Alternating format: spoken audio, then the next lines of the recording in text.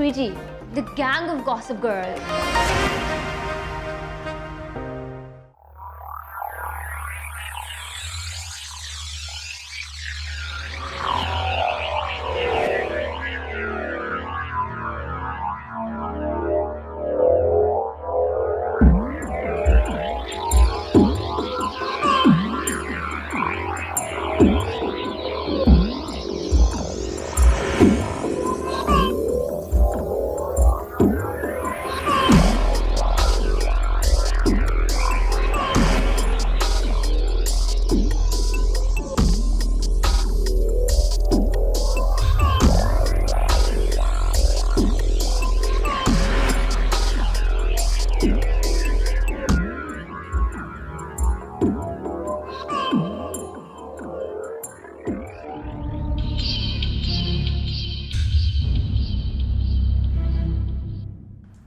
देखो मैं कह रहा हूँ, सीधी तरह बता दो जेवर और पैसे कहाँ रखे। मेरा मीटर घूम गया ना तो ट्रिगर दबाने में देर नहीं लगाऊंगा। तो दबा दो ना, धमकियां किसे दे रहे हो?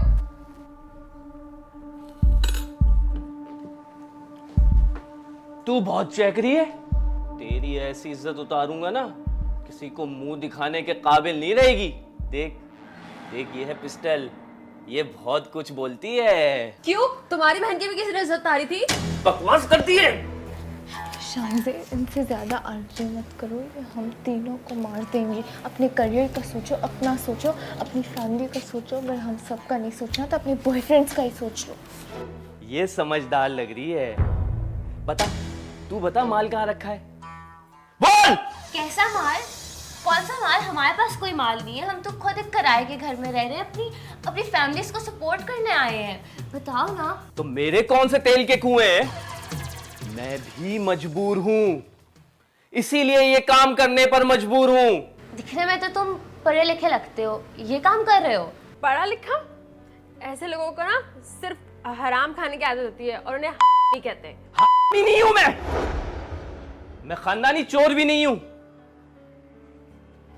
मेरा नाम जमील है। कॉलेज में सब मुझे प्यार से जिम्मी कहते थे। कॉलेज में पोजीशन लाने के बाद मैंने यूनिवर्सिटी में भी कदम रखा, मैंने डिग्री भी ली है। डिग्री लेने के बाद तुम ये काम कर रहे हो?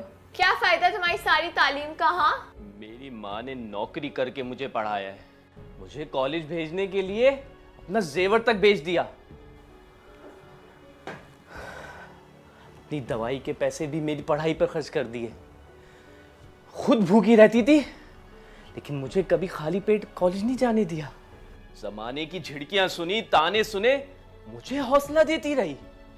और जब मैं जॉब की तलाश में जगह जगह फिरा तो मुझसे पहले वहां कोई उनका रिश्तेदार या कोई रिश्वत देने वाला पहले से मौजूद होता। बुरे हालात ने हमारे घर बिकवा दिए, अपने घर से किराए के घर में आ गए। जिनके सर पे बाप का साया नहीं होता ना, वो कड़ी धूप में खड़े रहते हैं। तुम्हारी माँ को पता है तुम ये काम कर रहे हो? नहीं नहीं नहीं, माँ नहीं जानती, माँ बिल्कुल भी नहीं जानती। वो खुद नहीं जानती कि वो कहाँ है। मुझे पता है, मेरी माँ इस वक्त एक खैराती अस्पताल में बेहोश पड़ी है और मेरे पास उसका इलाज कराने के लिए पैसे भी नहीं है। जिसने अपनी सांसें देकर मुझे जिंदगी दी, मैं उसके लिए एक बोतल दवाई भी नहीं ला सकता। जिमी मेरी तरफ देखो, जब हम लड़कियां होकर हिम्मत कर सकती हैं तो तुम लड़के होके क्यों नहीं? मुझे यकीन है तुम्हें कोई ना कोई जॉब मिल जाएगी, तुम ट्राई तो करो। हाँ, और अल्लाह हमेशा अच्छा ही करता है।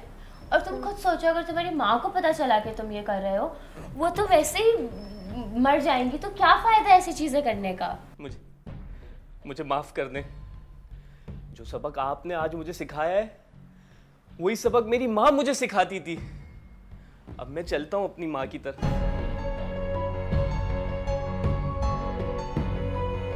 और जिमी भाई, अपनी माँ की टेंशन मत लें, मैं खुद एक डॉक्टर हूँ और मैं आपकी माँ का इलाज करवा दूंगी। ठीक है, मैं आपका ये एहसान कभी नहीं भूलूंगा।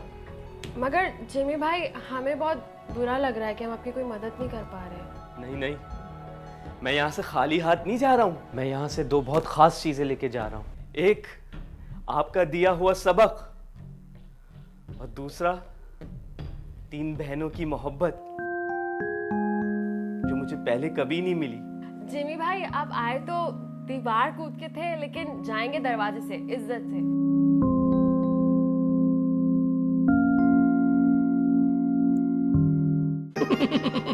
अरे भाई कमाल करते हैं आप।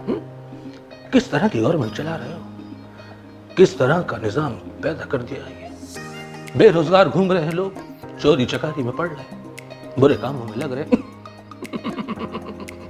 ये तुम्हारी नाकामी है। मैंने कहा था ना तुमसे, कहा था ना कि बेरोजगार को नौकरियां दिला। नए लड़के, पढ़े लिखे लड़के चोरी डकैती मोबाइल छीनने में लग गए, मोटरसाइकिल छीनने में लग गए।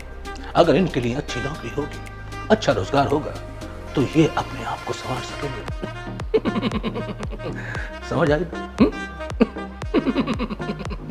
शर्मिंदा हो गए।